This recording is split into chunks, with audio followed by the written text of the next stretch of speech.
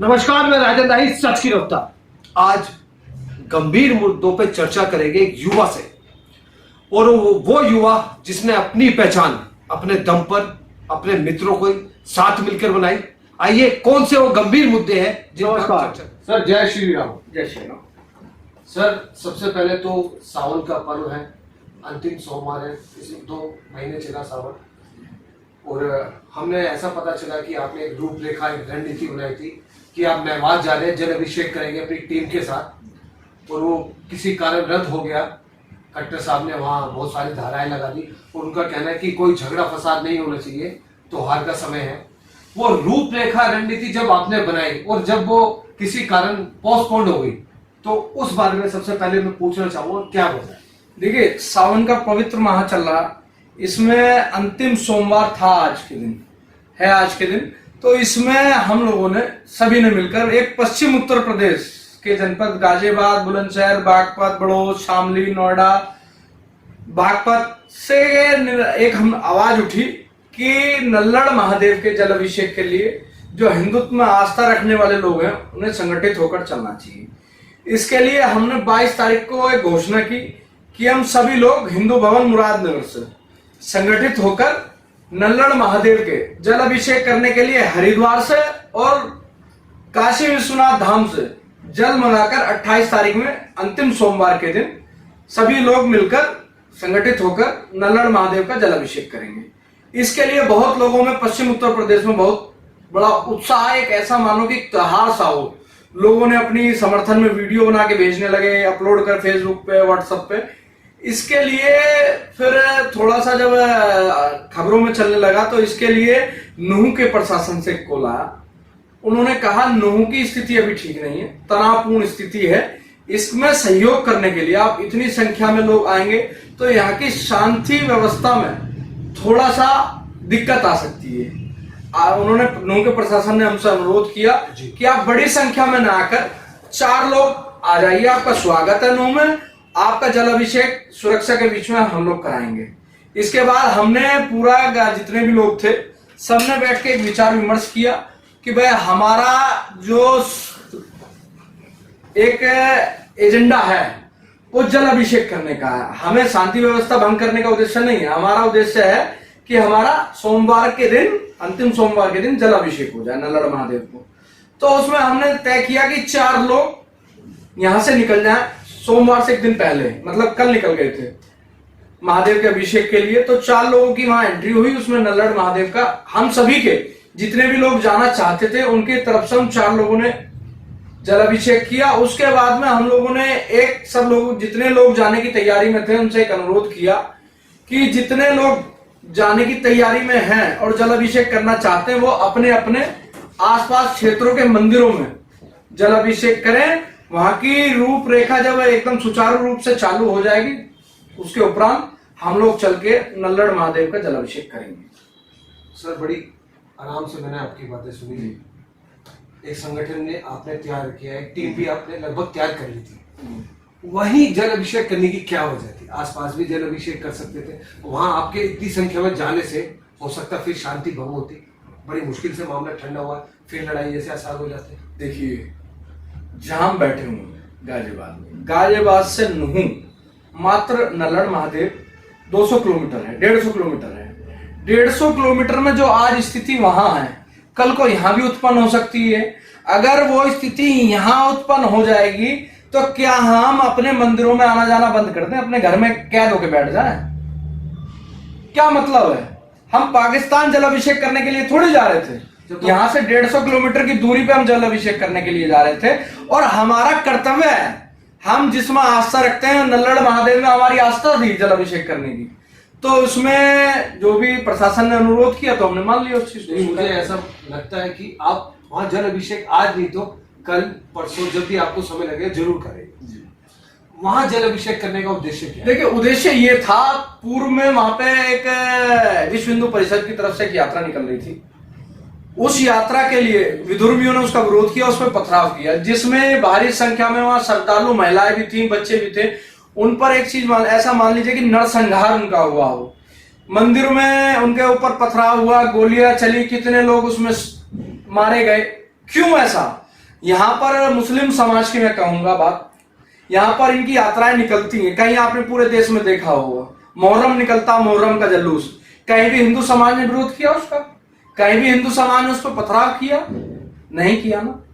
तो फिर यही लोग हमारे ऊपर पथराव क्यों करते हैं, हमारी यात्राओं के ऊपर पथराव क्यों करते हैं? हमारे भारत के अंदर अगर यहाँ ये स्थिति हो जाएगी तो हिंदुस्तान में रहने वाला हिंदू कहां जाएगा?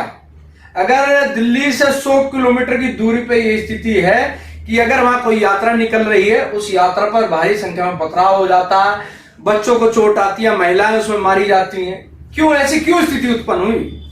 ऐसा क्या हो गया था? मंदिर ही तो जा रहे थे। आपका ऐसा मानना है कि वो सब प्री प्लान था और वो मुस्लिम थे या वो असामाजिक तत्व थे? देखिए, मैं तो सीधा ये कहूंगा जिहादी मानसिकता के लोग थे।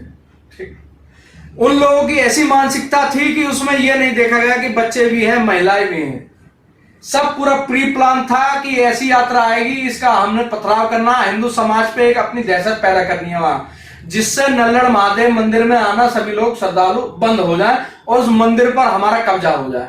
परंतु ऐसा हिंदू समाज होने नहीं देगा। हिंदू समाज पूरी मजबूती के साथ में नल्लड़ महादेव का जलाभिषेक करेगा और जगह जगह से, नूह से नहीं, हरियाणा से नहीं, पूरे देश से हिंदू समाज में, हिंदुत्व में आस्था रखने वाले लोग नल्लड़ महादेव का जलाभिषेक करने के लिए जरूर आएंगे। क्रांति आपने चला दी है, रुकने वाली नहीं, बिल्कुल नहीं रुकेगी। देखिए, हिंदुत्व की आस्था है, इसको आस्था को कोई खत्म नहीं कर सकता। जैसे एक सूरज की किरण भगवा है, वो कभी खत्म नहीं हो सकती, ऐसी हिंदुत्व की ताकत कभी खत्म नहीं हो सकती। चलिए, बात ताकत की हो रही है तो चंद्रयान की सफलता को लेकर जो भारत ने झंडे गाड़े, एक नया इतिहास बना, उसको लेकर आपके अपने क्या विचार है? देखिए, क्योंकि कुछ लोग आरोप भी लगा रहे। देखिए, 140 करोड़ देशवासियों के लिए ये बहुत गौरव की बात है। भारत ने पहले ही इतिहास रचा, किसी देश से नहीं हो पाया। भारत ने संभव 3 देशों पे था अब तक, चौथा देश हमारा हिंदुस्तान बना। इसके लिए हमारे लिए बड़ी गौरव की बात है। हर एक व्यक्ति को राजनीति से ऊपर उठकर इसकी सराहना करनी चाहिए और उसमें पूरे सभी देशवासियों के लिए, 140 करोड़ देशवासियों के लिए बधाई देता हूँ, शुभकामनाएं देता हूँ। सर, बात हिंदू की आप कर रहे हैं, बड़ी अच्छी बात है, लेकिन आजकल एक परंपरा चल रही है। आपने देखा होगा मिथिलेश जी, सीमा हैदर जी, अंजू जी, अब पता नहीं, हो सकता है और भी कुछ उदाहरण निकल के आ जाए। तो इस बारे में आपकी अपनी क्या राय है कि ये सही होता है? ये प्यार है, इसको प्यार की तरफ से देखे या इसको कैसे देखे, जासूस देखे, या क्या कह सकते हैं आप? देखिए, मैं सीमा हैदर का भारत के अंदर स्वागत करता हूँ, अभिनंदन करता हूँ। क्यों? ठीक, इसलिए करता हूँ कि वो उस सचिन से उनका अटैचमेंट हुआ, अटैचमेंट होने के बाद में वो भारत आई और ये पूरी एनआईए जांच करे कि वो सरकार का विषय है, वो केंद्रीय सुरक्षा एजेंसियों का विषय है कि वो किस लिए आई है। परंतु जब वो देश में आ गई है, अपने बच्चों को लेकर आई है। ठीक, अगर कोई भी जासूस आएगा तो अपने बच्चों को लेकर कोई नहीं आएगा। अगर वो अपने बच्चों को लेकर आई है और सचिन के साथ में शादी करना चाहती है तो हम उसका हिंदू समाज में स्वागत करते हैं, अभिनंदन करते हैं। और हिंदुत्व में उसकी, हिंदू समाज की उसे आस्था, उसने अभी मैंने पूर्व में देखा सीमा हैदर ने चंद्रयान की भी शुभकामनाएं दी, भारत देश का तिरंगा, गायत्री मंत्र भी, गायत्री मंत्र, पूजा पाठ निरंतर वो कर रही है। तो हिंदू समाज में वो वापसी लौट आई है, घर वापसी उनकी सीमा हैदर जी की हो गई है। तो मैं उन्हें बधाई देता हूँ, शुभकामनाएं देता हूं। महत्वपूर्ण बात है, अंजू जी वो पाकिस्तान चली गई, उस बारे में आपकी अपनी क्या राय है? वो नमाज पढ़ रही है 5-5 बार। हाँ, देखिए, अंजू का बहुत जल्द वो हश्र होने वाला जो आप लगातार भारत के अंदर देख रहे हैं। कहीं सूटकेस में पैक हो जाएगी, कहीं फ्रीज के अंदर पैक हो जाएगी, बहुत जल्द। इससे ज्यादा मैं कुछ नहीं कहना चाहूंगा। पूरे देश के अंदर हर दिन कहीं ना कहीं की घटना हो जाती है कि लव जिहाद में फंसकर कि वो वहां मारी गई, फिर वो कहती हैं शुरुआत के अंदर, अरे हमारा शाहरुख ऐसा नहीं है, हमारा सलीम ऐसा नहीं है।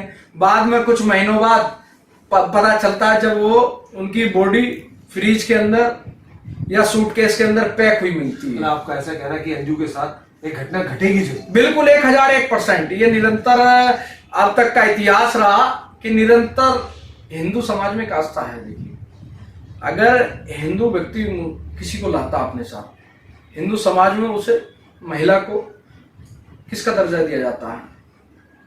देवी का। देवी का। देवी का दर्जा दिया जाता है पूजा पाठ करने का, घर की लक्ष्मी कहा जाता है महिला को। और दूसरी तरफ पलट के देख लीजिए, वहां तो एक बच्चा पैदा करने की मशीन है, इससे ज्यादा कुछ नहीं है। अच्छा। समझे? इस्तेमाल करो, फेंक दो, दूसरी निकाह कर लो, तीसरा निकाह कर लो, सिर्फ बच्चे बनाने की मशीन है, इससे ज्यादा उनको कोई अधिकार नहीं है। चलिए चलते चलते अंत में कुछ सवाल। रक्षाबंधन का त्योहार आ रहा है, अपनी बहनों के लिए, अपने देशवासी बेटियों के लिए क्या संदेश देना चाहिए? देखिए खास खास जैसे कि माहौल चल रहा है, अभी हमने दोनों पक्षों की बात करी, उसको मद्देनजर रखते हुए क्या संदेश देना चाहिए देश की बेटियों की? देखिए, रक्षाबंधन के पावन पर्व पर मैं आपके माध्यम से सभी अपनी हिंदू बहनों से अनुरोध करता हूं, एक तो किसी भी के लव जिहाद में ना फंसे, कहीं भी किसी से भी बात करें तो सब चीजें सोचते समझते इनके जाल में, क्योंकि ये बहुत तरीके से पूरा जमीनी स्तर पर इतना इन्होंने जाल बनाया हुआ है, इनकी पीछे से फंडिंग होती है हिंदू बच्चों को, महिलाओं को लव जिहाद में फंसाने की। इसलिए सभी बहनों को सचेत रहने की आवश्यकता है। और मैं आपके माध्यम से सभी से कहता हूं, किसी भी मेरी हिंदू बहन का कोई भाई ना हो तो आपका भाई गाजियाबाद में बैठा है।